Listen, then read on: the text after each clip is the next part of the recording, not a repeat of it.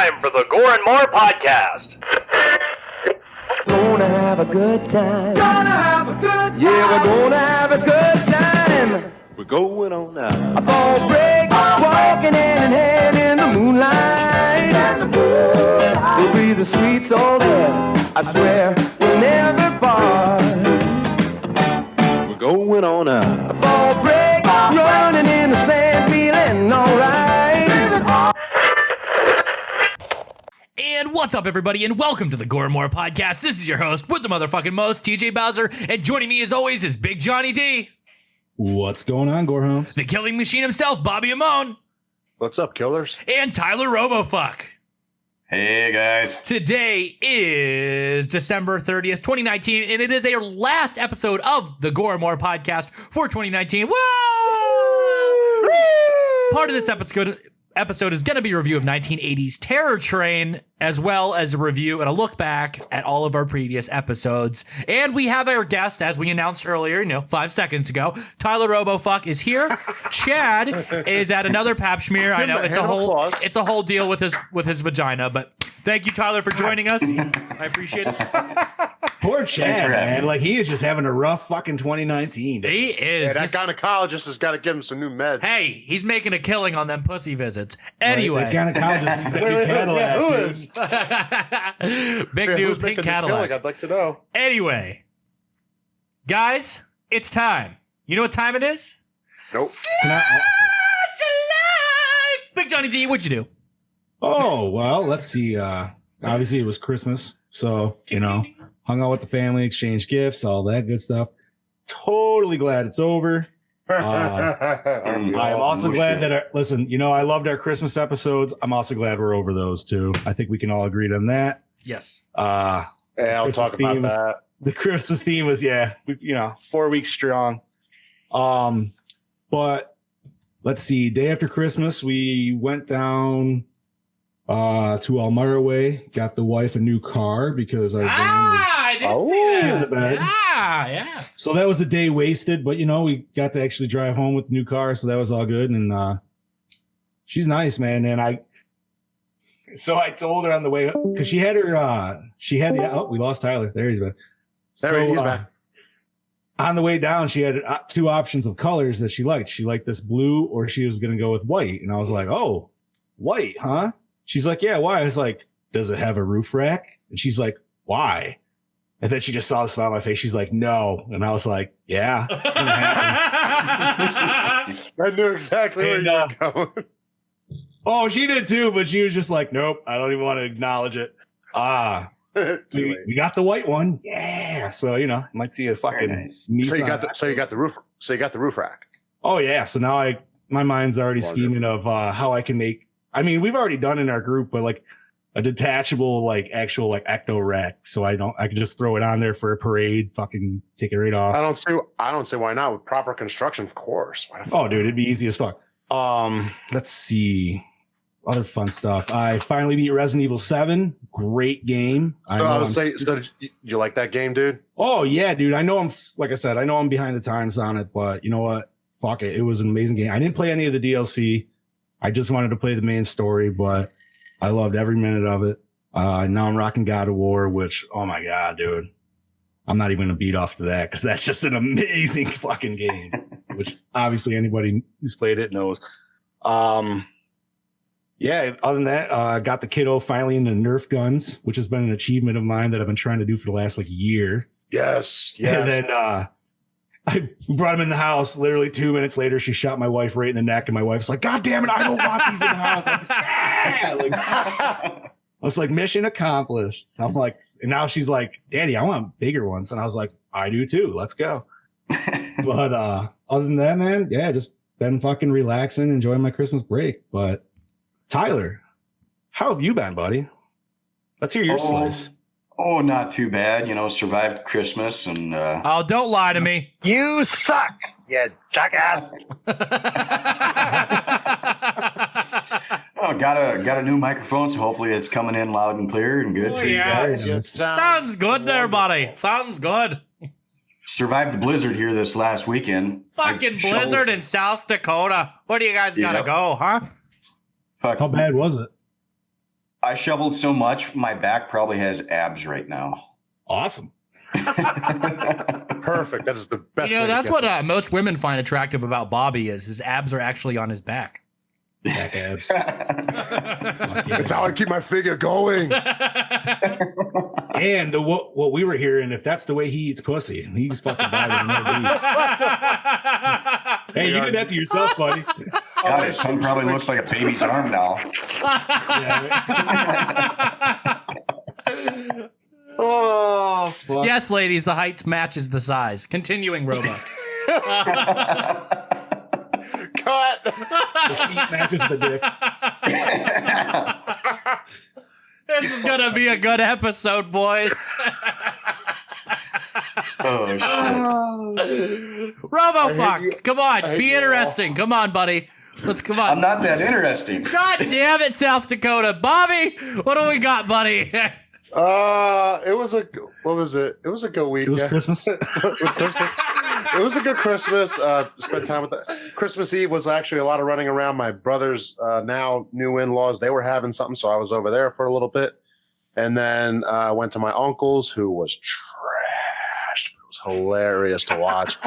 I swear to God, I walk in. My one buddy who always comes to family gatherings, he's been there 15 minutes. Somehow he is already drunk. I'm like, you got here 15 minutes before me. What the fuck were you doing? He's like, I've been drinking jingle juice. I'm like, what the hell did they put in it this year? And I tasted it and I said, oh yeah, okay, that'll fuck you up. What did you call it? Jingle juice? It's called jingle juice. What is it? Oh, I have to get the recipe. It changes. Is it the same thing? Is it like wine and 7 Up? No. Oh, it's liquor? Oh, it's liquor. So is it like a Wapatula? I get, yeah, but the amount of liquor that I tasted in one sip, I'm like, oh shit. Really, the dogging fucking 151 in there, dude. Just like, yeah. He was dogging. Bobby, And then, was it like Yes. was it like my taste in whiskey, or was it like I think it would outdo your taste in whiskey. what? It was pretty- it Oh was my fucking- god! It was potent, dude. And then, anyway, Christmas Day was good with the family and everything. And then this weekend was a nice, quiet weekend, just chilling out. Had a little party. Was hanging out with friends. And Nice. here I am. And here I am doing it today, Mr. TJ. How is What's your up? slice of life? Okay, so smoking on my stogie. Went to a humidor today, and then He's trying to be cool like me. yeah. Anyway, I did. Sarah and I went up to a little cigar joint. Feel like Scarface. I was saying that place looked really nice too, man. It That was. little It's video was right kinda- next to the Republican headquarters in my county. So, it's like a whole strip of awesomeness, just like straight down that old strip. Yay! I'm talking about politics on here. Anyway, Oh, God. John, what the fuck are you looking at? Is that a ghost or is it the wife? I can't tell. Same The look. wife. Oh. Giving your judgmental stare. Anyway, I did the Christmas stuff. Got the daughter the Child's Play collection on Blu-ray. Got her a new Blu-ray player. Set up her room a little bit better for the projector. Hooked up the surround sound in there. Then I got Hey, her. question really quick. Yeah. With that Child's Play collection, is that the one that doesn't it's only the first 3? 1 through 7. Or is it it's okay. I paid $20 for it on Amazon. Fuck yeah. Shit, nice. That's not a bad And, deal at all. That's Was her. 7 Hmm? curse or Yeah. 7 was It's Yeah. all of them to date, minus the remake. Oh, okay, Yeah, so yeah, you won't was, have that. So Cult was the last one then, Yeah. right? Okay. Sorry. I got her a camera. She's Yeah, that really was into really nice, by the way. She's really into photography and super into action figure photography. So she has a Freddy figure. She uses my Jason figures. I mean, I'm not going to get her own whenever she can just be like, hey, Dad, take yours outside. Yeah, right. So she collects Freddy figures. She has the 1 through 3 Chucky NECA figure. So I got her Nice. the Tiffany. I gotta Chucky, get that. I got her the Tiffany Chucky combo from 5 through 7. So she got those as well. So she's been fiddling around with that and stuff. And I got her a tripod that's nicer than mine. Like, it's fucking legit. It's heavy duty, has a fucking handle and shit. I never seen stuff like Sweet. this. And Very nice. but overall, it was a good holiday. I got a Instapot Star Wars edition. Got Darth Vader on the side of Ooh. it. Oh yeah. Really? Oh yeah. Oh, Have you used it? Yeah, I've made a sausage and rice soup, and then I made meatballs the other day. Ooh, I've been looking in. I wanted to get one of those. I've just never like. I made talked to meatballs anybody in that 10 can- minutes. No shit. Yep. Yeah, dude, they are good. They And I really did it are. right, Bobby. Half pork, a pound of pork, a pound of beef. Yep. Yep. You're missing one. Veal. Where the fuck am I gonna get veal? Butcher shop? Yeah. Well, I need to find a fucking butcher then. Anyway. John, I might be right on that Republican block, bro. Yeah. John, I forgot to tell you, for Christmas, one of my good friends got me the Pop Funko Ghostbusters banquet room scene. Yeah, nice. I loved it. I was like, oh, this is so fucking cool. I got to put it on display still. I haven't had a chance to clean my room. And I also everything. got Terror Train from Ronin Flicks. The boys over at Ronin Flicks sent me a copy of Terror Train. Yeah, I forgot. Okay, yeah. It's like the whole point of this fucking episode. So, anyway. Well, now, real quick before we get into it, should we hear some sponsors first? Oh, yeah. Let me pull that bitches up here. I gotta find them. I always like catching you off guard. You do, and you always. Oh, god damn it, Bobby.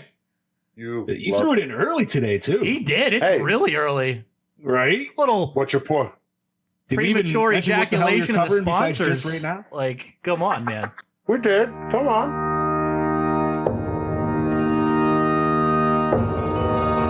Hello there, creepy ghouls. Do you like spooky things and horror movies? Then Cabin 13 has the stuff for you.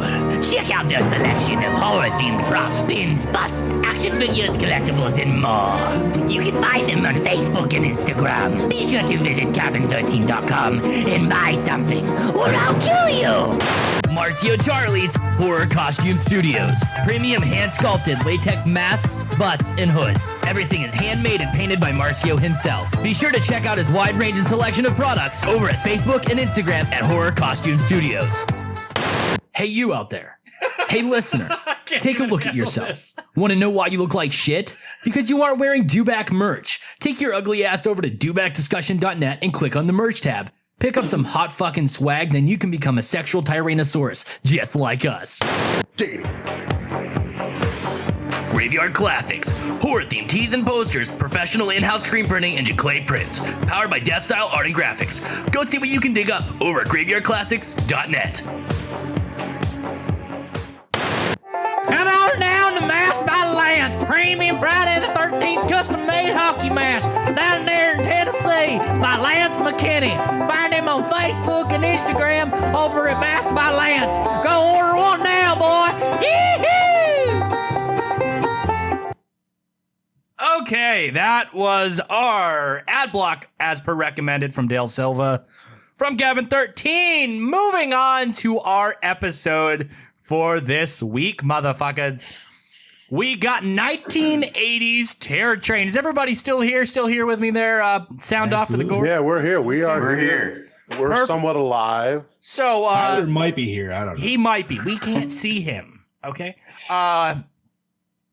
Just a whisper. Terror Train 1980, directed by Roger Spottiswoode. However, what the fuck is that last name? Written by Ty Drake, produced by Harold Greenberg, starring the luscious and the lovely Jamie Lee Curtis as I love Elena that Maxwell. God damn, she's a smoke show. Ben Johnson is Carne, aka the train conductor, aka doesn't say much. Hart Botchner as Doc Manley, not really a doctor, but whatever. Sandy Curry as Michelle Mitchie. He's just in medical school, people. Timothy Weber as Mo. Derek McKinnon as Kenny Hampson. Anthony Sherwood as Jackson. Joy Bauschel as Pet Vanity, the rock star. Credited as Dee Dee Winters as Mary. And the magical David Copperfield as, guess what, guys? Wait for it. The magician. And No shit. Yeah. He was like, what, 24 years old? When he's a they- handsome he was motherfucker. young, Did you dude. see that Very young. jawline? Like, come on. Do those big dreamy eyes, man. Just Ooh, I got lost in them. Oh, they were almost magical. right. Anyway, music by John Mills Cockle. What a name. Cinematography by John Alcott, edited by Ann Henderson. I thought the director edited this too. I don't know. Distributed by Did he? 20th Century. He was an editor. There we go. This was his first directorial debut. Released October 3rd, 1980. Runtime of 97 minutes. Budget of $4.2 million. Grossed $8 million. It doubled its budget back technically successful, but it got picked up by Fox, and they expected it to do Halloween numbers. Not gonna happen. Not gonna fucking happen. Not what I mean. And they thought that for Jamie, of course. No offense to her, but that's what they thought. Yeah, but Halloween wasn't Jamie Lee Curtis. Halloween was John Carpenter. Halloween was it was a lot. You fuckers ready? Roll that beautiful bean footage.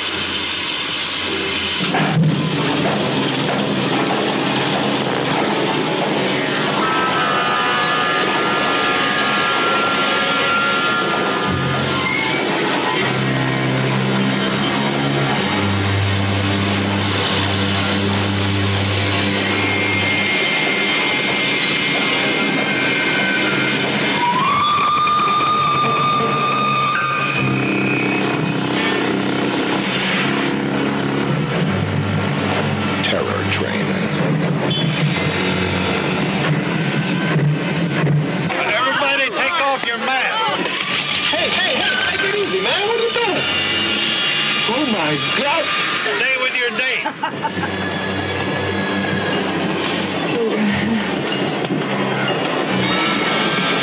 I don't want to get back on that track. Nobody does. Help! Please! Nice getting you. Help me! Help! You'll die. At this temperature, you'll die. You'll die. You'll die. Come on, Mo. Come on. No! Oh, no! No!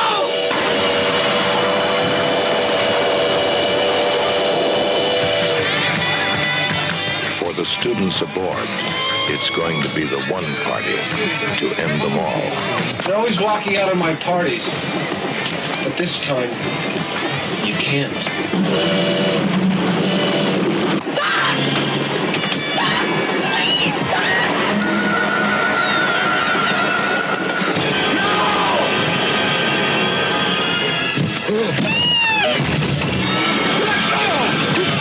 Do you believe in magic?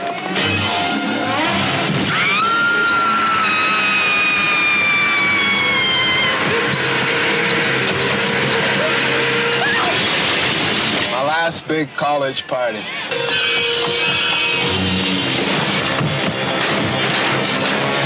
It's a joke. Goddamn practical joke.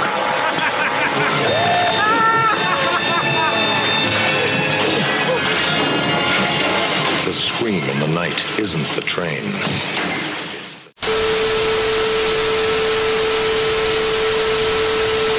Have a costume party aboard a train trip to celebrate their graduation. Unknowingly to them, a killer has slipped aboard, killing them off one by one, disguised in the costume of his victims. Chad, you're not here. So, TJ. Should I take this time to read Chad's note to everybody? Yeah. Yes. Okay. Yes, let's do So it. Chad's not here, vagina doctor. Okay. So he sent me a little thing here, a little thing to read. I would like to once again apologize for not being here on the show for you Gorehounds. Very fatherly there. My work/holiday schedule has been insane, coupled with the fact that I'm fighting a serious sinus infection on top of it all. I hope everyone had a festive holiday season. I want to thank each and every one of our fans, Stogie Break, for making our first full year such a wonderful journey. It's been a pleasure getting to know all of you, and I can tell you how much your support means to myself and us all. 2019 has been a year of ups and downs for me personally and for our show as well. Sidebar, we started this a year ago or so, and we've gone through hosts. I think we finally found our little family here. You know, the addition of John and then adding one of my dearest friends, Robert. And then having the fans that we do. And sorry, Chad, to skip in the middle of your thing, but having the fans that we do. He'll live. Is just incredible. I mean, like, look, Tyler is a goddamn fill-in host for us now. Like, Which I'm honored to be. Thank you, buddy. This whole experience has just been extremely humbling for myself and all of these guys. I mean, Bobby loves doing it, and I know for a fact John loves this shit. Hell yeah, dude. Yeah. Eat it up. So I look forward to it every Monday, honestly. Yeah, so do I. It's just part of life now, boys. Yeah, it really is. This is our lives. Some of us. Chad goes, I feel like the show just keeps getting better as time goes on. We have a lot of fun doing our show for you guys, and we love the feedback we're getting. Boom. Shakalaka. I especially want to thank Tyler Roebuck for filling in for me whenever I'm too busy to be on. I'd also like to say we have some fun movies planned for 2020, so make sure you stick around and see what we have to offer. Please continue spreading the word of our show. We want to grow by leaps and bounds, and we want it to be all because of you. And pretty much it has been. In case nobody noticed, I subconsciously picked an underlying theme to my movies, which was demons. I'm not sure how that happened, but most of my picks were about that. This time I actually made an effort to pick up an underlying theme, and that would be aquatic horror. Stay tuned to see which ones I picked. As always, we love to hear from you to see what we can do to improve the show for you. We love you guys. This is your Dark Lord of Knowledge wishing you a happy and safe motherfucking New Year. Oh, that very was nice sweet. note, chat. Yo, he gonna make me cry, man. He gonna make me cry. Love you, Chad. So he did send me all of his behind the scenes stuff. We'll go through this. This isn't a whole hell of a lot, but it's enough to get you guys through that normal thing. John, do you want these? Because I'm sure you. J Dran at J Dran 85. Yes. You got it. Okay, so the idea for Terror Train 1980 came from a dream that Daniel Grodnick had one weekend night after seeing the film Halloween and Silver Streak. Dan woke up and said to his wife, "What do you think about putting Halloween on a train?" His wife answered, "That's terrible." He jotted down "Terrible Train" on a piece of paper on his nightstand. In the morning, he changed the title to Terror Train, wrote up 22 pages, and made a deal on it with Sandy Howard's company at 3 o'clock in the afternoon. Damn. Nice. Shit, talk about moving fast. Yeah, right. On a Fucking train. On that shit, dude. That's like me and my last relationship. John, do you want to do the next one? I would love to. Thank you. By the time this picture was ready to be launched, actress Jamie Lee Curtis had already earned the title of Scream Queen, or Queen of the Horror Pictures. This was because of her frequent appearances in her career, such as horror films as Halloween, which was in 1978, The Fog, also 1980, and Prom Night, also 1980. So she was a very, very busy woman this year. I don't know if this is in the notes, but I think she did this 2 months after finishing filming Prom Night. Is that what it was? It was Fog and then Prom Night and then, okay. Yeah, and then Halloween 2 came shortly after this. That was 81? Yep. Yeah. Word. Including Terror Train, 1980, Curtis appeared in all of these 4 films in less than 2 years. God damn, she was busy. Dude, and I mean, this kind of raises a question. It's not a big question, really, but do you guys think that if they did not have her in it, they could have had a way better budget for the kills, per se, in this movie? I don't think I don't think the problem that we have with the kills, which we'll talk about later, is a budgetary constraint. Okay. Yeah. I also have that opinion on that, too. It's more from the writer directorial sidebar. This felt like April Fool's. A little bit, yeah. It wasn't as campy though as April Fool's. Yeah, but April Fool's this was died, right? Yeah, nobody died. That's the only difference. See, this movie showed the after effects. April Fool's did as well. Right. But you know what I mean? That's just what it felt like to me. But continue. Yeah. No. So magician David Copperfield, sexy motherfucker. Ooh. Kind of almost like a Goldblum look going on. Oh, you know right. Yeah. Yeah, but it's lanky, the dark skin, the big fucking creepy ass eyes. But his hair should have been a little bit more messy. He's got to do his own thing, but you know. So magician David Copperfield once said of this movie that he appeared in, film is a magnifying glass for magic. So I had to be very careful. What you see on screen is exactly what the extras saw during shooting. So that was kind of interesting because I really enjoyed the David Copperfield spots just because I was like, what the fuck, David Copperfield? It's awesome. Maybe that's probably the budget constraint right there. There you go. Well, he was just, you got to figure this is 1980. He's probably just starting out. You know what I mean? Like, and I know the only reason, like, he was like a last minute throw in too, because it was the producer, I believe. She just really was like, had a boner for him. So she was like, I want him in the movie. Yeah, pretty much. But there was, some of the tricks I could see, like where I was like, okay, he could probably pull that off in front of the audience. But like some of it, as you're watching it, you're like, you wonder if it's just movie magic in itself or it's really him doing the shit.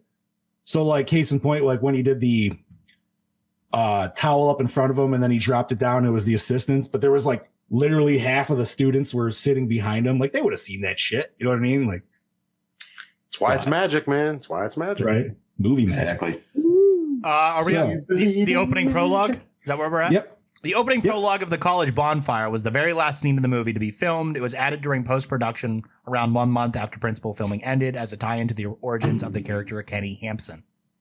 That was an interesting scene too. They had a lot of lights going on up in the top of that fraternity ready for Kenny, dude. And something I'll get into later, lights were a big component of this film, which I admire heavily. And as you guys know, I am a big fan of lighting. Dude, that one hallway shot that they always show with the pink lighting out the end. Oh, it's amazing how lighting can change that shot completely. Yep. Absolutely. It's, what is it? 3 different versions we get. At least. We get fully lit. We get like a pink hue. Is that correct? Yep. Yeah. And then a black, like an utter black. And it's beautiful. It's so beautiful. I think there might be like a little blue in there just to kind of like in the all black scene. But yeah, dude, that purple scene I like the best, or the pink, wherever it was at the end. The pink was my favorite for that. Okay, so Jamie Lee Curtis shot this film back to back with the similarity. I can't even talk. Jesus Christ. Theme slasher film Prom Night in 1980 in late 1979. Both films were shot in Canada. Prom Night 1980, Toronto, and Territory 1980 were both filmed in Montreal. Tyler, say sorry. What? Say sorry. Sorry for what? Oh, damn it. Sometimes you can catch him. He has that accent. I'll tell you what. Sometimes he's a little sorry. There he goes. There he is. Sorry. The Fargo accent? Oh, yeah. Oh, you betcha. Reportedly veteran. Going down to Arby's and get yourself to beef and cheddar. So reportedly veteran actor Ben Johnson asked director Roger Spottiswoode, fucking God, that name, to give his character less dialogue rather than more. Spottiswoode once said that Johnson said to him, "Now, Roger, I'm sure I've told you this before, but on my first day of working with John Ford, he took me aside and said, Ben, when you're in front of that camera, you're not going to need too many words. You won't need them. You can get in that way. So, Roger," Ben says, "you go through and take out all of the extra dialogue you can." He told me that was sound advice from Mr. Ford and that he wanted me to take it.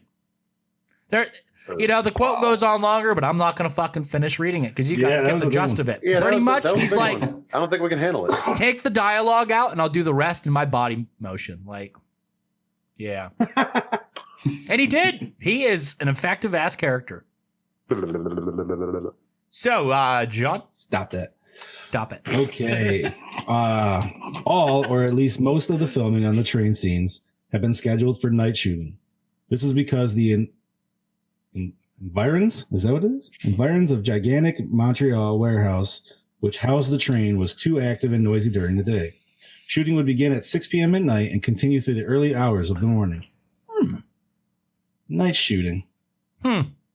According to Wikipedia, cinematography, John Alcott devised a unique method of lighting Terror Train. Oh, here we go. I love this. Yeah. He rewired the entire train and mounted individual dimmers on the exteriors of the carriage cars, utilizing a variety of bulbs with different wattages and controlling them with external dimmers. Alcott could light the set in a very fast, efficient manner. At times, Alcott also used medical lights, pen torches, to hand light the actors' faces. Nice. That's some ingenuity. Right, and then that way you're not getting such a harsh bright light bouncing off people's faces and shit. It's interesting how you had to. It's interesting how you had to do that shit during the '80s, man. That's not there today. And that kind of flows into the next one. So, John? Yeah. So, Snow was an integral story. What? Yeah. Oh, integral, yes, I'm ahead of you. Oh. Keep going. Okay. No, you're fine. Snow is an integral story element for some of the movie's location exterior shooting. Yeah. Movie News Magazine, Australia, reported that everyone has been praying for snow, which plays an important part in the script. As if by magic, several inches. Yeah. Snow fell very. God damn, that's so gross. Stop that. That's so gross. Several inches of snow. I'm sure it feels amazing. But as if by magic, several inches of snow fell during the first night of exterior shooting outside. Jokingly, this has been attributed. Yeah, jokingly, this has been attributed to the presence of co-star magician David Copperfield. Ooh, David Copperfield, your magical eyes. So the movie was filmed aboard actual train cars that were converted for the production to allow space for large camera equipment. Due to the lack of room, a special dolly carriage was built for the cameras. Nice. Yeah, pretty much they weren't allowed to like do anything like to the interior of that train because they were renting it. Right. So that's why he like rewired shit. I mean, you really can't tell because the set decoration is pretty intense, especially in the different varying train cars, and they really provide a different feel each. You know what I mean? Each train car provides a different feel. The train in itself is like one of the best parts of the whole movie. Like It just is. the idea of them stuck on a train. It almost becomes a character in of itself Correct. because it's an ever changing thing. Just because like you don't know if it's going to go off the rails. You don't know what the fuck's going to go down. You know what I mean? Like. So, Bobby, were you going to say something, bud? Yeah, bud. I was going to say about the train.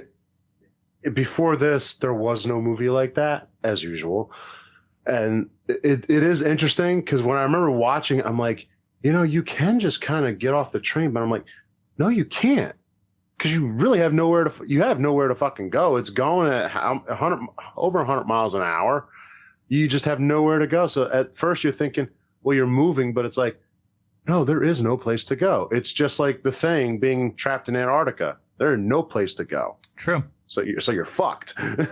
Yeah, their only shelter is what they're trapped in with the killer. So yeah. Speaking of that movie is going to be, I think, a few weeks out on our roster. Yes, it is. All right. So is this on me, TJ? Yep.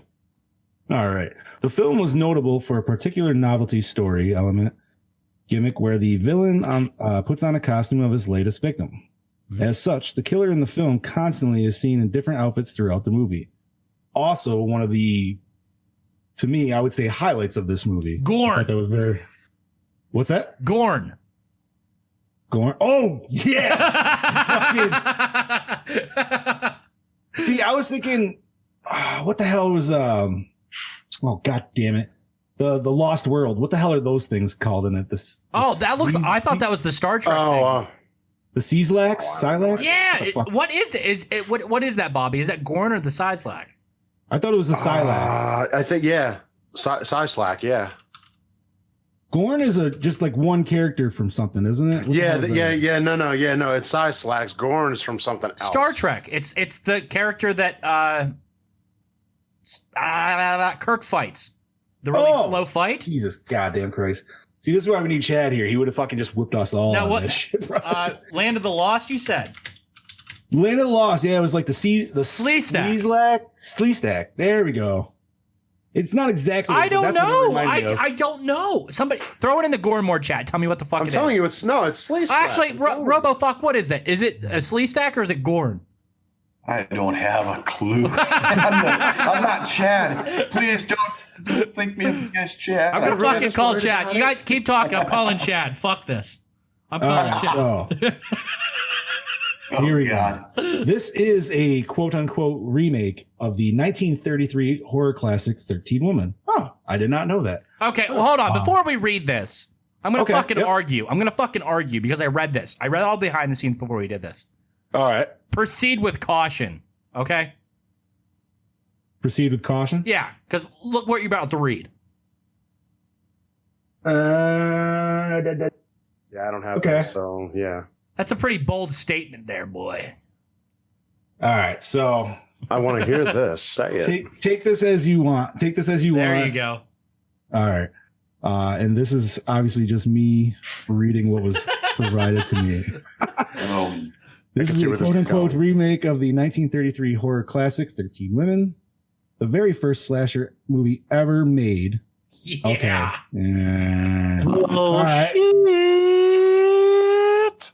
Well, technically, I think you could almost say fucking Freaks was, and that would have been before this, if you're going that fucking route. And how does one define slasher? Right. I mean, Yeah. Especially in the Say- 30s and 40s, like that wasn't invented, that term. Exactly. And it's all about, and yeah, it's preference and opinion. Keep going. I'm almost there. Right. Keep going. Okay, no, that's fine. Starring Myrna Loy as a girl who gets rejected from a racist sorority. When they find out that she's part Asian, and she reaches to a swami in the occult to arrange the deaths of all the girls in the sorority who rejected her. Mm-hmm. If you watch both movies, you can see how Terror Train copies this old movie almost exactly. As a matter of fact, they both even end with a confrontation scene on a train. Really? Who would have ever guessed a movie on a train would have ended with a confrontation on a train? No shit. Oh my. Well, now wait a minute. Let me finish it. Let me finish this. Where the killer. Okay. As a matter of fact, they both even end where a confrontation scene in the train where the killer exposes himself and then falls off the train to their death. Chad, we're live on Gore N More right now. Is the alien character in Terror Train, is it a Sleestack or is it Gorn? Dude, I didn't even have time to watch the movie. God damn it! Son of a bitch, Chad. You just said, dude, you don't have Can time you to look watch the that movie. information up and tell us what your decision is? Because none of us can agree. I'm perfectly fine with what I said. Okay, thank you. Okay, talk to you later, buddy. We love you, Chad. Love you, all say Chad. they love you. Bye. Oh, okay. So let's see. Yes. Okay. So where the killer exposes themselves and falls off the train to their deaths. Mm-hmm. These plots, and particularly this ending, are a little too similar for there not to have been a little copycat action on the part of Roger Spottiswoode. Is that what it is again? I can't remember. And company. So I guess that just means I'm gonna have to look into this whole 13 Woman. Yeah. That's a very interesting fact. Thank you, Chad. So, magician David Copperfield got so irritated during production because he had so much trouble saying his lines that he swore he'd never make another movie. Did he ever make another movie? I don't know. We don't know, people. Yeah, we're not following David Copperfield's movie fucking history. And next week we are reviewing his movies. No, we are not. Yes, we are. Derek McKinnon said his favorite scene was killing Hart Brockner's character because Brockner just Chad's irritated calling. Okay, what is it? It looks like it's basically just like a reptilian snake kind of thing from the pictures I saw. So it's nothing definitive? No. Okay, in your opinion, does it look more like Gorn or a Sleestack?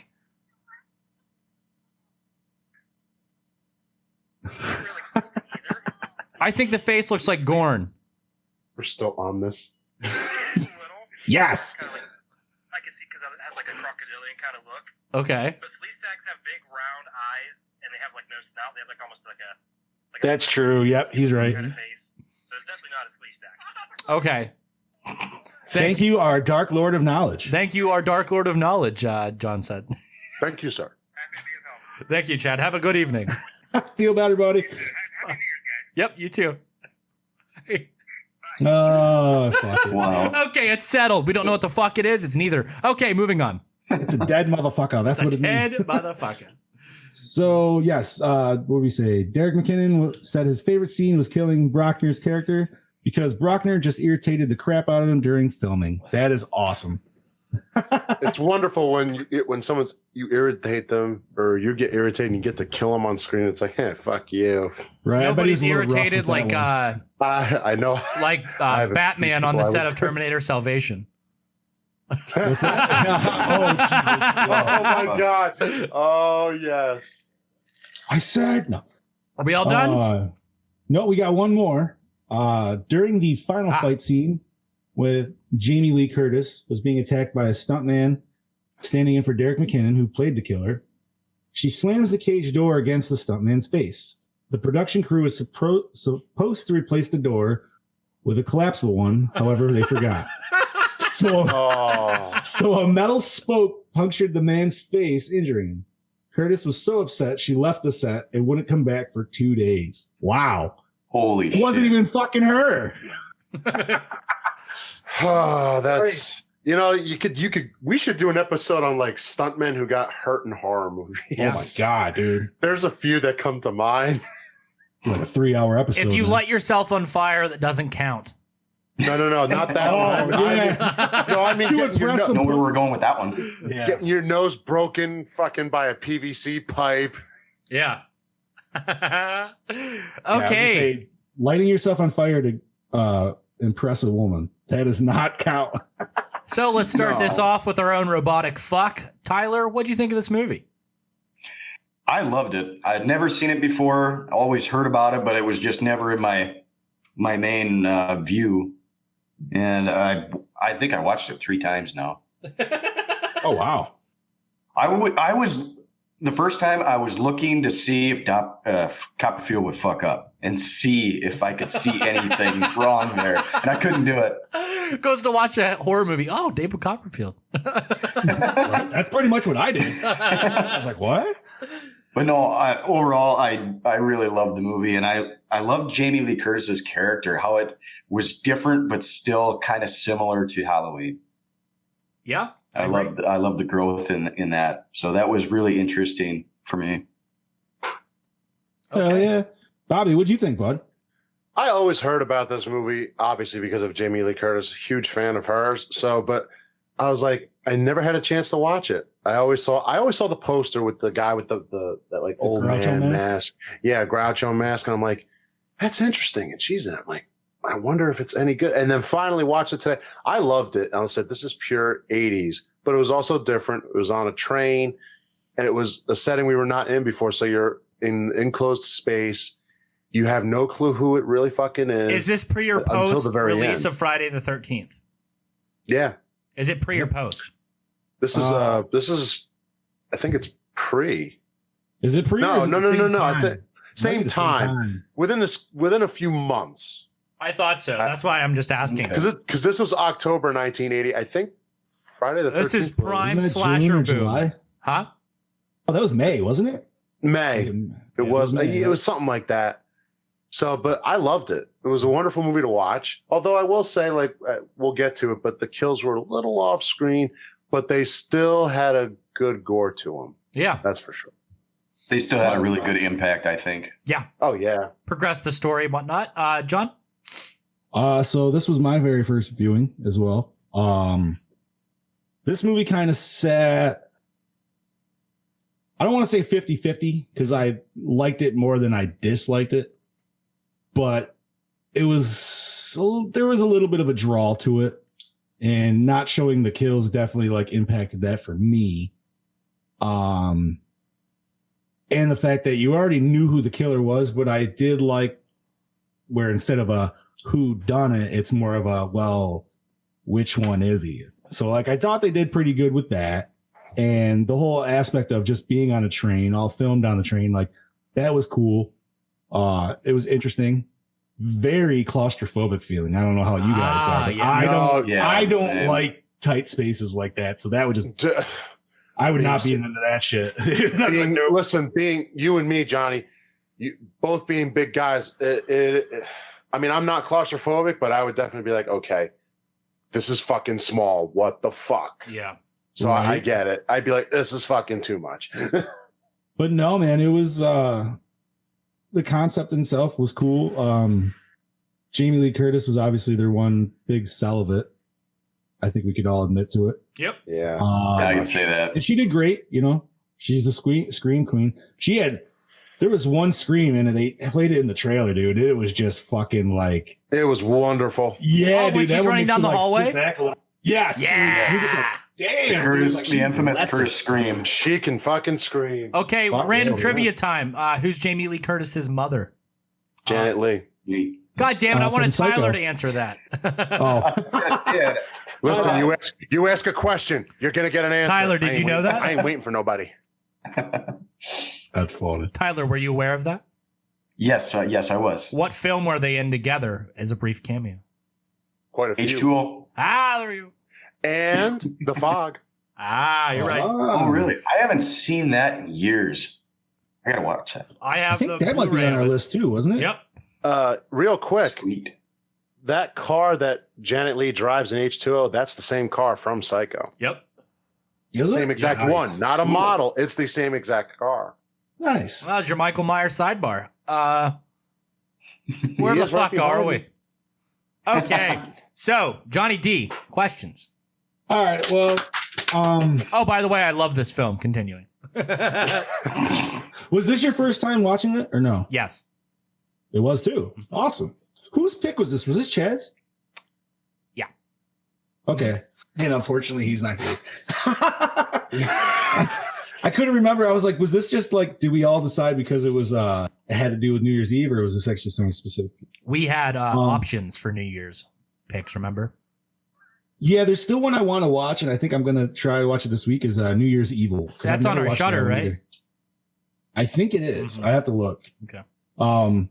So as for questions, I don't have too many big ones, and I feel like one you could probably answer for me right off the bat. So in the third act, when she's allowed to go in the little bunker and go take a little nap, and that dude says he's gonna wait outside the thing, she grabs a wire coat hanger. Complete nod to Halloween. Yep. Yay or nay? Mhm. Oh yeah, come on. Literally grabs the coat hanger and then curls up in a ball in the corner. And I was like, wow, if that is not. This idea was Back presented to off. John Carpenter and what's his writing partner, Deborah, and they approved. They thought this was a good idea to make this film. No shit. Yep. Oh, wow. I would have liked to see his version of it. That would have been very interesting. I have a feeling he would have changed. I have a feeling there would have been some very drastic changes that would have been nice, depending on how he went. The studio would have And- gave him more of a budget. That and not that we didn't already say that we love the lighting of this film, but it would have been interesting to see his take on the lighting.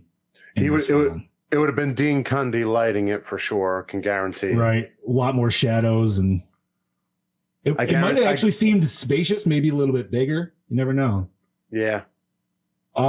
So here's another question, and this might be one that TJ might yell at me for looking a little bit too far in. That's fine. That's fair. So I'm just gonna throw that out there. But why, when the conductor made everybody get off, why did Jamie Lee Curtis and Doc get back on the train? That literally seems like, because Doc was an idiot and thought he knew who it was. 'Cause if they- Something like that. had they just made the smart decision of staying outside with everybody, they most likely would have survived the night, and he would have never been able to kill anybody else. Besides maybe David Copperfield, who they locked in already. But yeah, that was my big question. I'm like, why would they get back I saw on the that train? scene There was as they no- were going back to kick some ass. Oh, you thought, okay, get their little bit of a revenge. When the guy said they're not like everybody's accounted for, he's like, okay, we're gonna go back in there, kick some fucking ass. If he's not out here, he's in there. Okay, I can see that. Yeah.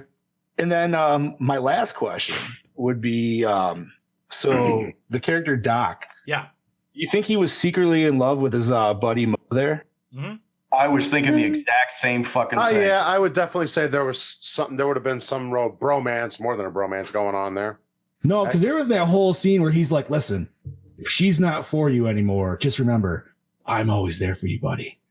Like, always there. Yeah. Yeah. Like, without directly saying it, I was like, oh. Like, all right. Like, this dude just doesn't matter. Hole's a fucking hole. It's either that or he's taking the whole fraternity brother thing to heart. Maybe. But I don't know that shtick, so that would be fucking Greek to me. Oh. But other than that, yeah, man, that was my only questions. I didn't really have a lot for this one, unless you guys got some. Not really, no. I mean, it seemed like a very cut and dry little slasher movie. It had the basic slasher formula. Bobby and I discussed this. I felt like this movie really didn't pick up till the third act. Like, I loved it the whole way through. Did you? Mm-hmm. I mean, I did. I love the whole movie all the way through, but my favorite part when we get to it is the third act, and I'll explain why when we get there. So, douche of the movie, we all will say Doc. Yes. Yeah. Hell yes. to say he's a douchebag is an understatement. Mm-hmm. Yes. He might take douche of the year, honestly, if we gave out an award for like, I mean. And douche of the year goes to Doc from Terror Train. I mean, you know, to literally use cadavers in a prank for somebody, dude, that's pretty fucking hardcore. Yeah. Yeah, I mean, there's no redemption with Doc. I mean, that's the thing that made him the worst, right from the very get-go all the way through to the end. I mean, he never redeemed himself. Why haven't we talked about the thing yet? The thing? The thing that's so very fucking apparent about the twist in this film. Oh, the fact that you could clearly tell that there was a dude dressed as a woman. Excuse me, it's ma'am. It is ma'am. It is man. No. I knew there was something off just because of the long neck, but maybe it was just the quality because I watched it on YouTube and it just looked fucking weird. I remember during the scene where he was doing the big magic trick, the assistant coming out. I'm looking at it, I'm like, that face doesn't look right, but I couldn't like get a clear vision, no matter how clear the picture. I'm like, what the fuck? She's a man, baby. If that is a woman, it does look like she was beaten with an ugly stick. Well, she looks rather. She is rather mannish. Oh my god, yeah. I just made my night, dude. It's a man. It's a man, baby. Okay, so moving. Wait. Does that make you horny? Okay, so moving on to our questions. It is time for our favorite kill. Garbage day. Okay, mine would have to be. Guys, we got to do shit to the soundboard, and we haven't got to the best yet. Anyway. Fuck yeah. Best kill for me, since we Yes. actually didn't see any kills, I'd have to say the decapitation of Doc. Yo, that head though, Yes. that head looked like it's been sitting there for 6 fucking months when they did that reveal. You know, there is a warning on the overhead bin for a reason. Flying heads. I like Doc's little freak out scene there though when he started just stabbing everything, just air. He was just like but he He's never so like, checked the wall. paranoid. So fucking Little bit. paranoid. Exactly. Oh, it's great. He's just sitting in there and he's just staring. He's just fucking looking around. He's like, is that it? What is it? Is it a person? No. That was a very crazy scene, dude. It was. I will say. Yes, it was. Okay, so Tyler, what do you got, bud? I picked the exact same thing. I mean, just for the setup and everything. Plus, I just really wanted Doc to die. yeah. That's fine. I fucking hated his guts. But the thing is, and that's Hart Bachner. I mean, he always plays a really good douchebag. Yes, he does. He did in Die Hard too. Bobby, what was your favorite kill, bud? Yeah, but The same thing. I said it earlier. It was Doc. And the reason why I liked his kill, it wasn't so much for the aftermath. It was, you see the hand come on his shoulder, and he's like, oh, it was a prank. And then you see him lift up, and there's this weird noise like, ugh, and it was like instantaneous, but you just miss it. So here's a question for that. The setup was awesome. When he put his hand on his shoulder and the dude just looked at it, does that mean like, did that dude actually steal that girl's jewelry and paint his neck her color? So that's impressive. I will say. I mean, this is the same guy that cleaned up a body, swapped the fucking costume, cleaned out all the fucking blood and the mirror. And he had a lot of time and patience, man. That bathroom was locked for a while. Like Yeah. they definitely kept going by that, and they were just, oh, dude, go to the one at the end of the hall. And then they finally fucking checked it. But so I'm actually going to go a little different on my favorite kill for this versus the three of you. My favorite kill is when the killer got kicked off the end of the train at the end. I thought that was fucking hilarious and awesome.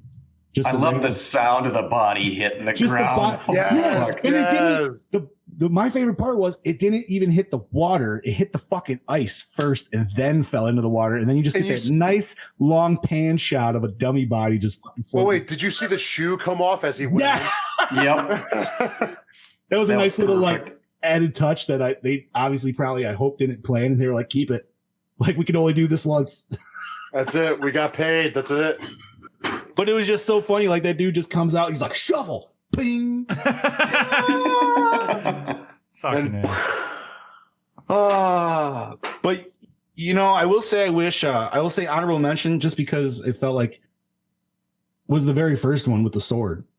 Like, once again, you didn't see it, but that dude, he not only got impaled with a sword, but he got impaled with a sword, then got stripped down and was still alive the whole time, and then rolled over to get flattened by a train.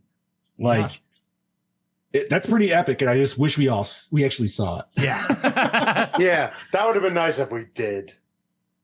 I mean, you knew it happened, but you know, if you had the train rolling away and you just had like a bunch of balloons just splat out blood, that would have been fine for me. I would have been cool with that. So, best scene, mine would have to be when Kenny is outside the fucking window. Oh, his fucking vampire scene? Yeah. What the fuck was that, dude? That was some freaky fucking shit. Oh Bro, that shit went to like a whole different element at that point. I'm like, yo. It's like he came down like Spider-Man, just creeping in the window, dude. Like, that was great. That was a good perfect. Scene. And that mask, dude, like all half covered in blood. That shit looked cool as fuck, man. Yeah. Like, I wish they stuck with the Groucho mask because I was a little particular to that, but the change of costumes, man, like that's just a cool fucking. That was just a cool little motif of it. I agree. It's like a chameleon effect. That's what I loved most about the movie all together, I think. You know, like you said earlier, it's not a whodunit. You know who done it, but where is he? How is he disguised this time? Yep. Yeah. Who is it? Right. and all you have to do to set him off is just kiss him. You know what I mean? Like that's a yeah. That was a major freak the fuck out moment. I was like, what the fuck, dude? This is not normal. So fucking hilarious, dude. Best scene. Best scene. You know, it's hard for me to pinpoint one particular scene, but I'm almost going to say just the whole third act. Okay, dude. Like when that's when the lighting really changes, a lot more dramatic. You get that sweet like hallway shot where it goes pink and then it goes super dark. Like it's really hard because then you get that like scene where he's fucking with her in the cage. Like that was great. Like just that whole last third section there. Pop. It's just like, yeah, dude, that was sweet, man. Like way to fuck it. And that's also like, why would you lock yourself in the cage? But at the same time, you're on a fucking train. So what else are you gonna do? You know what? You kind of can't go anywhere. And the worst part is that she can't see him, but he can see her because she's lit up. I know, dude. That's one of the best parts. If you ever worked a haunted house, that's like one of the best scares, man. Is have them in a fully lit spot and you coming out of the dark. For sure. But and if you guys have ever stabbed yourself accidentally on one of those fucking little letter spikes, which I have working at a restaurant, it doesn't feel well. No, it does not. Robofuck. So yeah, I would have to see. Tyler, what you got, buddy, for your favorite scene? I was gonna say Jamie Lee Curtis in the cage. That was my favorite scene anyway. I mean, you're already in a claustrophobic environment. You're already on a train, and then you can find yourself even smaller. But somehow she still defended herself out of that situation. Right, exactly. The whole run through of the entire scene, I loved. Bobby, I agree with Mr. Robofuck here. That I love the whole third act, like John said, but that definitely because it also reminds me of the closet scene in Halloween. Precisely, small space, yet she still comes out on top. Yep. So she is the bloodiest in this movie that she's been in any other movie. We've talked about this morning. I feel like by the end she's just fucking covered in blood. She's not like that in Halloween. No, she's not at all. She's not like that in Prom Night. Nope. Think about it. She sure as hell wasn't like that in Trading Places. I can tell you that. She was nude. Oh, 2 tugs for that. Anyway, did the opening scene hook you in? Yes. Yes. Yeah, it was a weird one. Yeah. It was a slow build, but it was a great build. Honestly, could have done without it. I think the little storytelling within the main plot on the train tells you all you need to know. Yeah. I think that would have made it more mysterious and wouldn't have given it away so easily. I think it would have been cool if you did the whole scene, but you didn't actually reveal who Mickey was. Kenny. You know what I mean? Or Kenny, I'm sorry. He killed Kenny. Did you know that they call him Ken twice in the film? Do they? Yep. I did not. No, I mean, just that whole scene, obviously them setting him up the gag, but dude, with all the lights and shit, that was just so fucking weird. I agree. And I mean, it kind of sets the character to Jamie Lee Curtis is in on the joke, but obviously you're kind of exposed that she's not in on the 100% of the joke. Yeah. Because obviously she freaks the fuck out when she sees the cadaver, limbless cadaver. I love that it didn't even have the arms weren't even attached either, dude. Chilling. And I believe that was the only set of titties we get to see in the film too. No. No. The girl with the belt. Oh my God. Yes, I did forget about that. How can you forget? And we'll get to that. So, pants. Yeah, everyone agrees that the opening scene hooked us in? Yeah. Absolutely. Crazy little freak out with the fan shit going on. You're just like, what the? I thought the dude was going to snap his own neck. I thought he was going to hang himself. Yeah, I thought it was going to go like that, but then it was going to be I know what you did last summer, he's not really dead kind of thing. Robert. All right, I'm glad we're on the same page. Robert. Yes, sir. Opening scene. Oh yeah, I said yes. Okay. Yes. So, I got a soundbite for this. It is best hits, hottest girl. Swing, swing, Pitbull. She's a babe. She's magically babelicious. Perfect. Okay. She was the president. She'd be Abraham Lincoln. Swing, swing. Okay, I'd have to say belt girl. Yeah. She got that thickness and she got them big old titties. Yep. And what the hell is with that costume though? Old man geriatric pulled up pants, but with a hand coming out grabbing the titty. It's perfect. I guess that means that there's something coming up out of the depths. Yo, man, she was ready, dude. She wanted that D. But he wasn't giving it to her. No, not at all. He was holding strong. Robofuck, best tits, hottest girl. I'm going to say Mitchie. Boy, if I could see underneath that black dress. Yeah, she was down to clown, dude. I mean, hell, she wanted that. She was. Clown. I was going to say she was getting hot and ready after Doc ditched her, so she was ready to sleep with a lizard. Well, I mean, isn't that traditional college life? It seemed like everybody on this train was ready to just swap. They didn't give a shit. Yeah, they didn't give a shit. To me, Mitchie even saw what was happening. That Doc was going in the back room. That's when she told Jamie Lee Curtis's character, "Oh, the boys can take care of themselves." Well, that's what I love. Those two girls. Obviously their boyfriends were the first murder victims, but they were just like, "Oh, we can't find our boyfriends. Hey, you down to fuck?" You didn't try to look. But sounds like today's culture, 100% to some. Robert, 1980s culture, dude. It's always been like that. Yeah, I know. Best tits, hottest girl, Bobby. The girl, Miss Jamie Lee Curtis, and Jamie Lee. I mean. Yeah, I do have a. Yeah. I mean, Jamie Lee was hot looking. Give me a second. Give me a second. Oh, there we go. And he has reached climax, ladies and gentlemen. Yes, but I just saw Bobby's O face. That's his vinegar strokes. You see that? That's his vinegar strokes. You want some juice? Want some juice? Oh, there's that jangle juice you mentioned earlier. Oh fuck! Oh. A high-waisted girl and Jamie. I gotta give Jamie. I'd have to say that as well. Okay, did the score set the motherfucking mood? Absolutely. Oh yeah. Yes. I honestly don't remember the score, so I'm gonna have to say the score was basically the band playing, wasn't it? Oh yeah, okay. I guess I can go with that. It had some synth shit. That wasn't too bad. It had some synth moments. Yeah. Yeah, it did. Did it? I guess they just didn't really stand out too much to me. But nobody's like, man, you hear that Terror Train soundtrack? It's fucking off the hook. Dude, I'm playing it on my turntable right now. Yeah. That's what it's known for, is its awesome synth score. But best song I'd have to say is the song that dude's playing on the piano. He's just chilling. Where Jamie Lee's like standing right in front of him and he's like literally singing in her ear. Yeah. That. Yeah.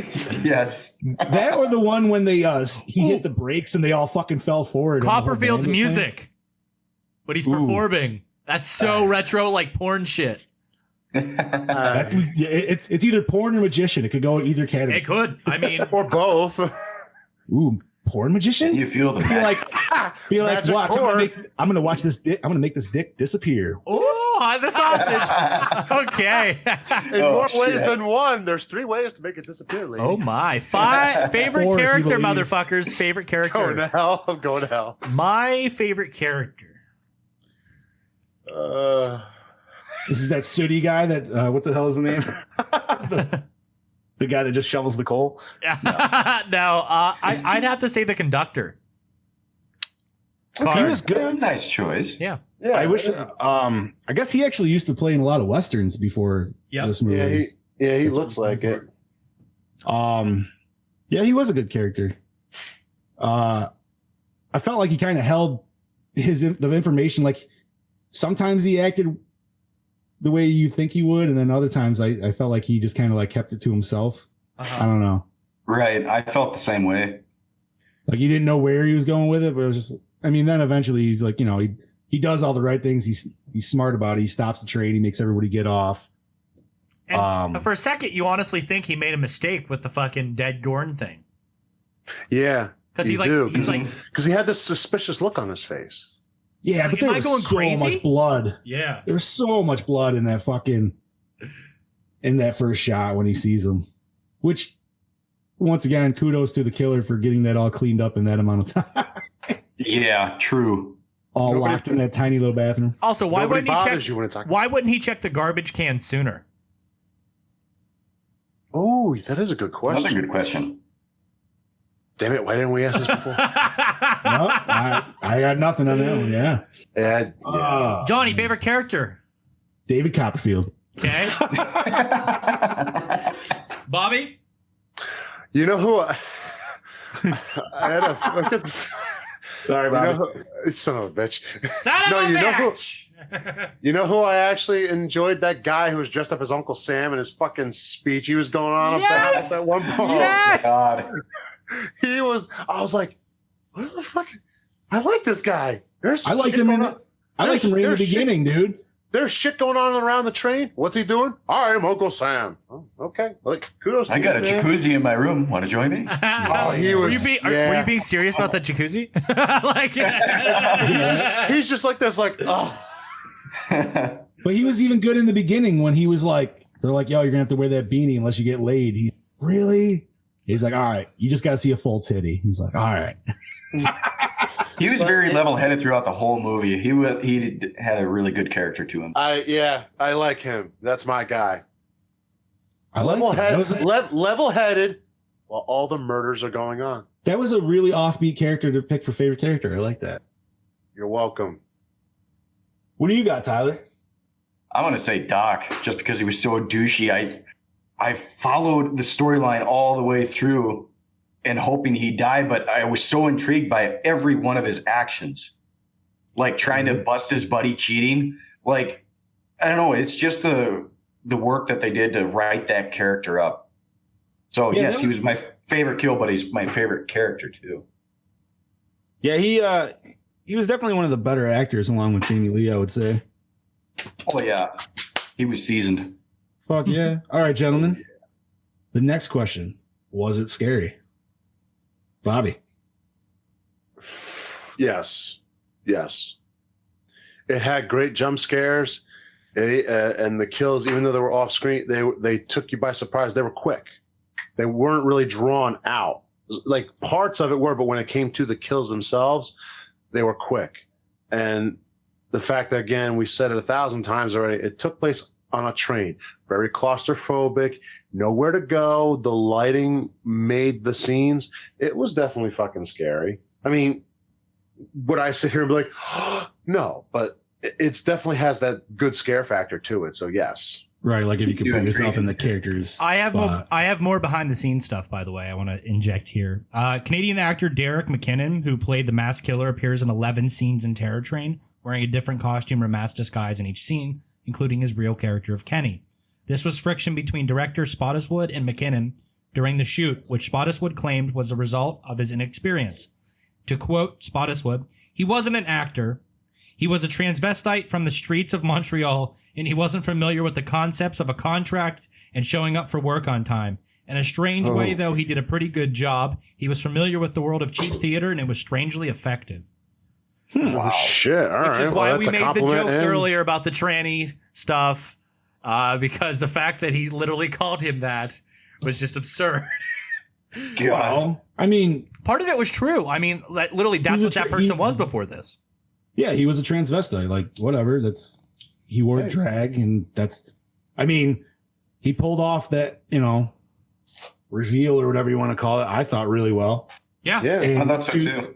To go with, was it scary? I thought that was actually one of the, like, quote unquote scariest parts, dude, is when he was doing the reveal, and then like you really see how deep his character, like how psychotic he really fucking is. Absolutely. And it's just like that's an oh shit moment, because it's like Jamie's kind of stuck. He's already got her fucking wrist like locked. So you know what I mean? Like that was. I like how he kept pulling her forward too. Right. Kiss me, dude. That was kiss me. But I love it. Like that was his like weird fucking tweak out. Was she did exactly what he asked, and then all of a sudden he's like, "Oh, I can't handle it." That's right. The same freak out he had when he was pranked. Got to do right. a twirl. Just starts spinning around. Yeah. Like a little kid trying to get drunk or something. You're like, woo! So was it scary? Everyone answered? Yes. Does it hold up today? I think so. I think as a film, I think it's different, and I think it's so different that it does hold up. Okay. I can agree with that, but I wouldn't rule this one out for a remake if done right. I agree with Bobby. And this is one of those where it would have to be done right. Don't like make it so over the top, and don't lose the jump scare factor. Like if it's done right, it could work. I completely agree with you, Bobby. I think they could still use the costume angle very well. Yes. Like that's something that's very easy. The whole aspect of staying on a train, obviously that's perfect. What I would want them to do is, because this one's obviously that's our beloved Jamie Lee, but this one seems to just feel a little bit more dated to me than, let's say, like Halloween or like the first Friday the 13th. And I don't know what it is per se. Maybe it's just like the magician moments and just like the dance scenes. I don't know what it is for, like, if that's what it is for me. But like, I would want to see in a remake more to do with New Year's Eve, like have something go down actually midnight and they're doing like the ball drop or something, like, you know what I mean? Like whatever. Oh yeah. Okay. Yeah. I get that. Yeah. That would be interesting. Like that was the whole motif of this, was it was supposed to be like, it was go down on New Year's Eve. Besides it being like, yeah, we're on a train for New Year's Eve. That was it. So and that's it. That's our party day. That's it. Yeah. You're okay. Yeah. Which I mean, maybe you don't need more than that, but it would just be interesting to see, like, seeing that's always the big thing that everybody celebrates on New Year's Eve. Like, you got to have, I feel like you got to almost have the countdown, and you could have like an amazing kill, or maybe that's like the first kill. You know, he doesn't start until the new year or some bullshit. And then like the ball drops, and that's like where the first person gets stabbed in the back or some bullshit. All right. I'm writing this down for a screenplay as you keep talking, John. That's right, Tyler, coming in hot. Fucking A, dude. Okay, so So Tyler, what do you think, buddy? Do you think it holds up today, or? I would completely agree with you guys. I think it does, and it wouldn't be bad to do a remake if they did it correctly. You know, don't try to outdo anything. Don't try to go above your means, beyond the means that you're capable of, I think. That's fair. Fair enough. Unfortunately, if it was remade today, they'd probably have some bullshit social justice warrior theme behind it and fucking get shot. Yeah, and transvestite wouldn't be a no-go. Well, yeah, dude, because then you'd probably have like, I mean, and I understand that is an argument within the trans community that trans people in horror are always seen as like, you know, the go-to of the villains and shit. But it's like, yo, man, that's kind of been an archetype. Like, it's a portrayal of mental health, really, not even that. Right, and it's not. I mean, this is a whole different fucking big subject where everybody's going to have different opinions on and shit like that. Right. Like, you're always going to piss somebody off no matter what you do. Now, like, to me, like, I don't know anything necessarily. So, like, this movie doesn't offend me in any way. Would it offend some people today? Probably, because everybody's offended about something. If you think this is offensive, watch Sleepaway Camp. Right. Yeah, well, exactly. If you guys think about it, what are horror movies really aimed at? Offensive things, no matter, even if the movie was so generic to anything and everybody in the movie, it always offends somebody. Look at The Exorcist. So what does that offend? That offends religion. Well, in a way it does, and in a way it doesn't, because who believes it? Who doesn't? Especially back then, I remember my mom saying that when that movie came out, there was big controversy just everywhere with churches, religion. Oh, this is offensive. Oh, it's this. Oh, it's that. So this movie, especially today, if it was remade, that backlash would be huge. Yeah. But at the same time, what comes with backlash is talk about it. What comes with talk is people seeing it. So think about it. It's almost like a behind the thing of like, well, we offend people, but then it gets ticket sales. You ever think it could be, hey, this helps our sales? Well, I don't think it's necessarily just about offending. It's one thing that horror has always been good at, and even in like low budget horror, is always just pushing boundaries. Yeah, I agree. That's the absolute truth. Asking those questions that most big budget movies, would be afraid to ask, because they're like, no, we need to appeal to a broad audience instead of maybe alienating ourselves to one particular group or another. And, that's one reason I personally love horror, is horror always pushes those questions. Every movie, whether it's good or bad, those limits, like you just said, are pushed. And even though a movie might alienate to a certain group, the horror genre itself goes to the broad group, because it includes everybody. It literally includes everybody, no matter what you say. It really there's always that argument. I'm sure you guys have heard it. Horror is just for like dudes and blah blah blah. No, that's bullshit. Go fuck yourself. Yeah, that's bullshit. Bullshit. That's bullshit. Just based off of our listener basis here, because we got a lot of lady listeners here. I'm going to interject here. Gorehound Brenton Lee just got announced to be playing Jason in the remainder of the Fall of Camp Blood shoots. Nice. Oh, nice. Congratulations, sir. Congratulations, sir. Very nice.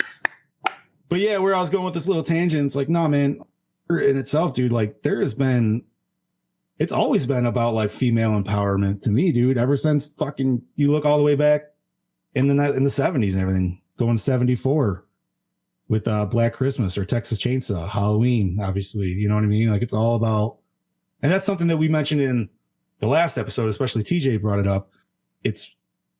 And I agree, it's more empowering to see a girl go through all this traumatic experience and then come out at the top at the end than just like this new age bullshit of just all ganging up and, you're like, oh, we're not going to let this happen. Exactly. Well, it's like, are you though? No. Sorry, I didn't mean to go super off tangent on that. Dude, you're completely fine. And that, that's the whole point I like about these slashers is they're all so completely different. These killers always have a completely different motive. And, this is more of an exploration into mental health and bullying and the results of that and the consequences of that. And then people being responsible for their actions. And, other films like Halloween and stuff, people say that Michael has no motive, but, everybody that he kills is breaking some sort of sin, committing some sort of sin. And with the exception of Laurie. And the dog. Right. And the dog. Well, the dogs are just for survival. That's just, he's got to eat. But like John said, for all you female listeners out there, horror is for you too. Please don't let anybody tell you differently. If so, rip their nuts off. Yes. Rip their nuts off and hang them by your dream catcher at night if you have one.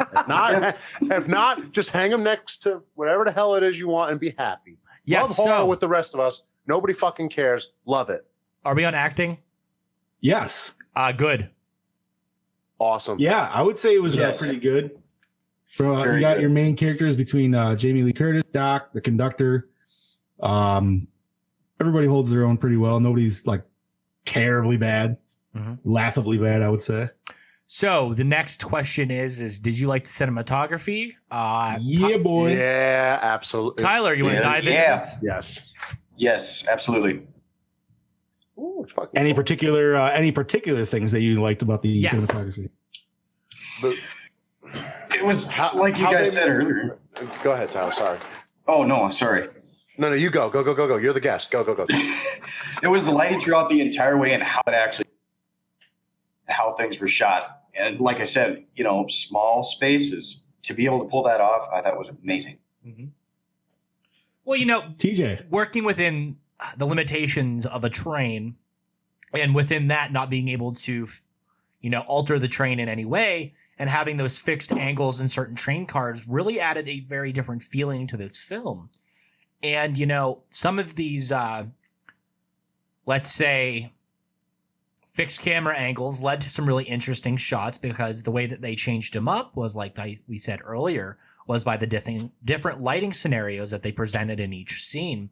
And then by filling up the train car with different set decorations, as well as extras and characters, it allowed for a different feel for each scene, and it allowed to, like I said, the train itself almost becomes a character within the film. And I think a lot of that has to be attested to the cinematography and the way that they choose to shoot this film. I would have to fully agree with that because I don't know how many cars there are. I would say like 6, maybe 5 or 6 cars. I'd say about 6. Yeah. Every time they go into a different one, it is a completely different feel, whether it's the magician's like big open one where they have the dancing going on, or it's the bar, which is still pretty open but tight. But then you get right into the little locker room scene, which is always the most claustrophobic feeling. And there could always be somebody in the bunks. Right. Mm-hmm. Like they had that little like potential jump scare of like where he's like looking around. Mm-hmm. You know what I mean? Like, yeah, it was like I said earlier, man, just that whole claustrophobic feeling. Like for me, especially, like I can't stand tight spaces. So that would just bother the piss out of me. So it made me definitely feel it. So I would definitely have to say the cinematography was awesome for this. Yeah, I agree. I even like the stock footages of the train just coming down the track from the same shot each time. I got to tell you, with those shots, John, you mentioning that, it takes that claustrophobia away. But then the thought is, well, wait a minute, they can't go anywhere. Well, that's like the best part is like when they finally see that, when the conductor sees the light and he's finally like, oh, he's like, we could finally make a stop. Like, that's the best part is like, they know the shit's going down, but there's literally nothing they could do.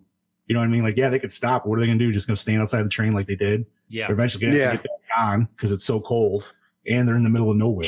So like, I would have said, everybody cuddle up on the ground. We're staying right here till the cops show up. Yeah, right. Oh, we gotta get back on the train. Fuck you. No, we don't. Nowadays, yeah, sure. But like, 1980s, how are you going to get a hold of the cops? Yeah. You know what I mean? Like, I don't know how trains work back then. Right. Like, I don't know if they were CBing back then on trains. Anybody else want to chip in on the cinematography? I think we're all on board that we all enjoy it. It was one of the better parts of the movie, I would say. Great premise. Yeah, the premise is great. The premise, absolutely. That fall was wonderful. Mm-hmm. I like the fact that it was sold as Halloween on a train, and we need Jamie Lee Curtis. So Halloween, let's get to the ratings, boys. I'm going to give this a 4.25 out of 5. Before I give mine, did Chad give one by chance? No, he didn't watch it yet. Chad did not give us a rating this time. Okay. The premise, the concept, the cinematography I liked. The kills were pretty lackluster, I would feel. Like, I'm not gonna, they weren't the best. You got a little bit of gore after the fact. So this is kind of like a middle of the road movie for me. Okay. So I'm gonna have to say 3.5. Tyler? I'm going to go high on this one and say a 4.5. I just really, really loved the movie. Okay. Bobby? I do love the movie, don't get me wrong, but I still think there could have been more. I do agree with John on it, though I will be the lowest rating out of everybody here. I'm giving it a 3.0. I get them. I love it, but No, man, There I was- respect there- that because there was potential. There was potential, and I'm not saying they didn't achieve potential in areas, but from it, there could have been more. I understand budget and everything, but I still think there could have been a little more. So a 3.0 for me. That is a Gore N More average score of 3.8 out of 5. very respectable. Yeah, I could live with that. That's a pretty damn good score if you ask me. I would say So, everybody, that is the ending of our review of 1980s Terror Train featuring Jamie Lee Curtis and David Copperfield. What a ride that was on ye old Taylor. What the fuck? Terror Train, not Taylor. What the fuck's wrong with me? Terror Train. It's the Tyler Tyler Train. Train. Tyler Train. Robofuck Choo choo. Next, that's the remake. We're gonna call it the Robofuck Train. There you go. Oh dear God, I'm gonna be big fan. And you're the main star there, buddy. Yeah, I'll be busy. Doing Well, what? I'd like to say thank you to each and every one of you Gorehounds out there that come back and listen to this glorious shit show each and every week. I'd like to thank each and every one of you that buy Duback merch, and more specifically, the VHS Gore N More design. We love you guys, and thank you for the support. I'd like to say thank you to all the people in the shit show Facebook chat and everybody over on the Gore N More horror discussion group. We love you all. We're almost up. We're at 530 I believe members so, yep. or something. Yeah. Really good stuff there. You guys are awesome. I'll tell you what, we wouldn't be here if you weren't here. You guys keep us going, and I really appreciate the friendships that I get to form with all of you, Tyler. Speaking of that, and I mean, what else is to say? But you guys rock. I think that's all of us can say that. Absolutely. Yeah. Thank you to everybody who listens to, like you said, our shit show, because we're not professionals. We're professionals, but we're not professionals. Let's be real about it. Professionals in training. How long's that training session? Unorthodox professionals. That's how we're for the love of horror, for the love of everything that's involved with it. And when I say everything, that for the love of gore and the more. thriller, the gore, everything that can possibly. Thank you from the bottom of our black hearts, and also to all of yous out there, everybody at Duback, all the podcasts, all the people who listen. Happy New Year as well. Yes. Speaking of that, I'll kill you in the new year. find the Gore N More podcast on iTunes, Spotify, Google Play, and over on the illustrious DubackDiscussion.net. Head on over to TeePublic to find Duback Discussion and look at our sweet, sweet, sweet and sexy fucking merch. Buy it now. Don't look like a fucking pussy. Get laid. Fucking know what you got to do. Tyler, thank you for joining us. Thank you for rushing your sweet little ass home and hopping on. Sorry you couldn't see your pretty face today. Oh, absolutely. I appreciate it, guys. I'm honored. Of course. Yes, thank you for being our permanent fill-in, man. Yes. Yes. Tyler, you are the fucking man. You are. To come in clutch and to be like there in a week's notice, it takes a real man. Fuck yeah, dude. So we should feed him hungry, man. And not only on that, but just for sharing the show and everything, man. All the shit you do, dude. Yeah. It helps. Immensely. Absolutely. Anything that I can do to spread the word, I'm happy. Yeah, dude. Spread it wide, Bunny. Well, guys, guys, if I could throw out my thanks, I guess, really quick. Yeah. For my 2019, my first big thanks would have to go to TJ and Chad for even bringing me on this show.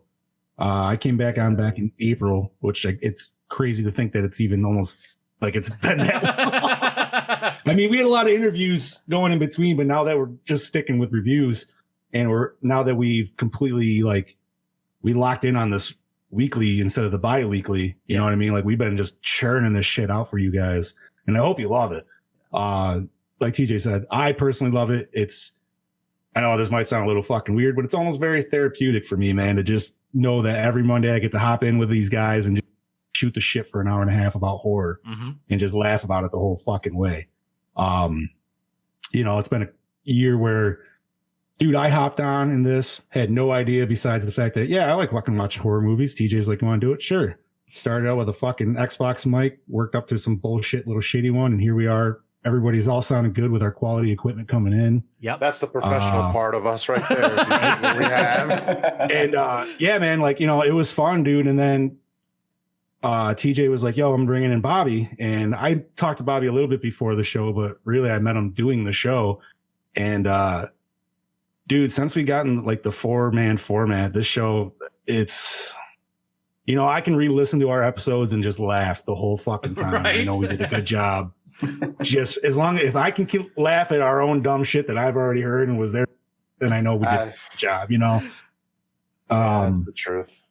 Again, yeah, thank you, TJ, for bringing me on to. I forgot to mention before. Sorry. Now, You're welcome. Well, no, man, it's just and just being part of this podcast has just definitely been an experience in itself. I met a lot of new people, and a lot of people I can consider friends, even though yes, we may have not physically met. I know business wise, anybody, we would all help each other out, all itch each other's backs. All of our sponsors, anything like that. You know what I mean? Like, I know we would all help each other's out at a moment's notice. Absolutely. So it's just been nice to really join in this big ass Dubac family. yeah, I gotta say, man, it's been a very good year. It has been. And John, you're going to Monster Mania, correct? Yeah, and the goal is to try to lose 30 pounds before Monster Mania. well, here, wait a minute. Here, if that's your goal before Mania, your goal at Mania is to get fucked up at the bar with me. Well, once again, I'm a big boy. It's going to take some money. If you hear howling coming from the bar, that's the Gore N More crew. Oh, yeah, right. You're gonna hear that shit. It's like, wait, why are they howling? We hurt. We drank too much. We're gonna have a fucking Bluetooth just playing Fall Break the whole fucking time. Oh god, then everybody will know it's you. Just hearing that shit come right in, fucking busting through the doors. Cops come in, have to arrest us. It's okay. We're on a fall break. It's okay. Then we wake up on Monday. Oh shit. Oh, fall break. Fall break. Fuck yeah, dude. I know. I can't wait for Monster Mania, man. I'm stoked. I will debut Project Burlap at Monster Mania. I got a couple things. I got one thing debuting at Monster Mania, and that's all I could say. Yeah. How many you, Bobby? Are you bringing just one cosplay, or are you bringing a few? 2. Terminator, and then the one that the reveal. Yeah, I sent you guys a picture in the chat, but that's all you're gonna get for now. That's probably all you're gonna get. That's fair. Well, that's nobody's gonna be seeing it except for those who work on it with me. I have a few other people who are gonna help me with a couple other things. So that's why I didn't know if I should just bring Versus or I got a couple other in the bag, so I didn't know. Well, you gotta bring Vices and you gotta bring the Ghostbusters. I can do Ghostbusters, dude, and I can just blare Fall Break from the Proton Pack. There you go. Perfect.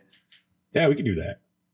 Okay, guys. Well, I think that concludes this episode of the Gore N More podcast. This is your host with the motherfucking most, TJ Bowser, signing off. This is Big Johnny D saying, Happy New Year, Gorehounds. This is Killing Machine Bobby Moan saying Happy New Year, and I'll kill you all in the new year one by one. This is Tyler Robofuck. Keep it. God, I love you, Tyler.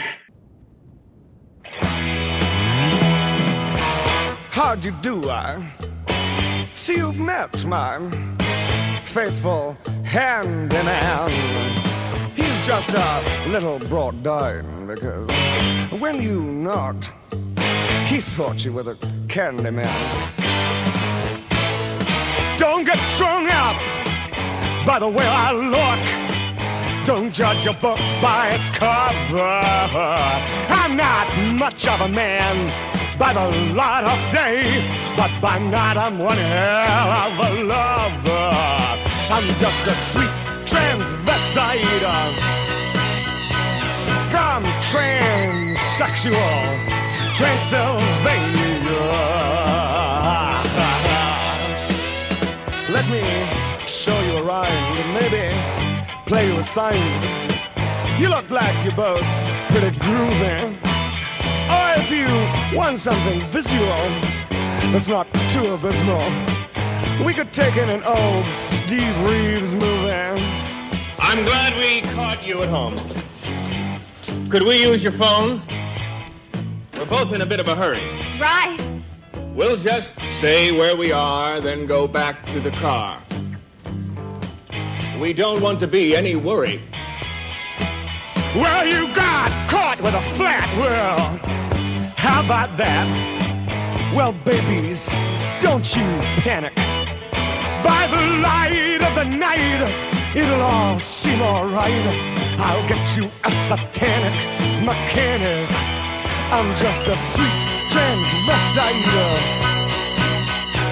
from transsexual Transylvania. Why don't you stay for the night? Or maybe a bite. I could show you my favorite obsession.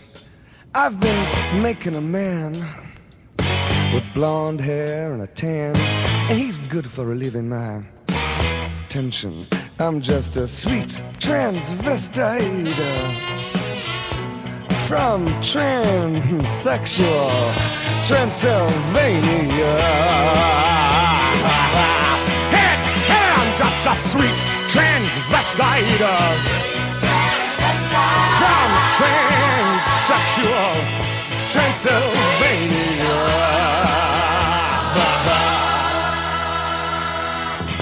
So, come up to the lab and see what's on the slab.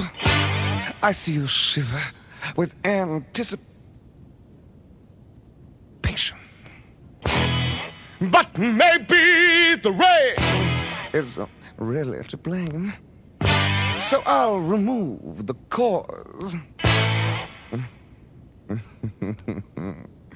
But not the symptom.